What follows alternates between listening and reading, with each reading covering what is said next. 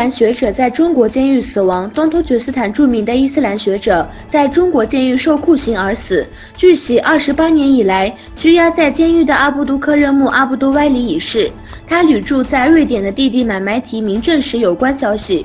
90年代，他因被指控分裂主义而被中国警方逮捕，并被判处12年徒刑。然而，在他的刑期结束后，当局非法延长了他的任期。东突厥斯坦信息中心主席卡拉卡什评论说：“有多少学者在中国监狱死亡？他们的血不会白流，他们永远活在我们心中。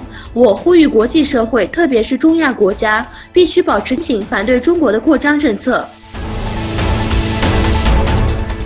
从伊斯坦布尔步行到安卡拉，一名维吾尔人决定从伊斯坦布尔步行到安卡拉，以抗议东突厥斯坦的中国压迫。埃尔希丁·埃尔坑一位曾经在巴基斯坦学习了6个月的维吾尔人，回到家乡后，他被中国警方逮捕，并被指控出口，并被非法拘禁1年。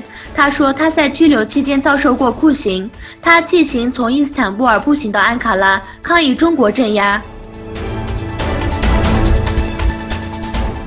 耶尔德勒木访问中国，土耳其大国民议会议长耶尔德勒木与中国全国人大常委会委员长栗战书举行会谈。来中国进行一系列接触的土耳其议会长耶尔德勒木在北京人民大会堂与全国人大常委会委员长栗战书举行会谈。100万维吾尔人被关押在集中营的情况下，他是否提出东突厥斯坦问题颇受关注。意大利预算危机，在意大利政府计划在2019年预算中取消超过3000万欧元的移民医疗资金。在意大利，政府报告称可以为移民实施紧缩政策，以解决欧盟的预算危机。共和报建议称，国家预算削减将反映在移民政策上。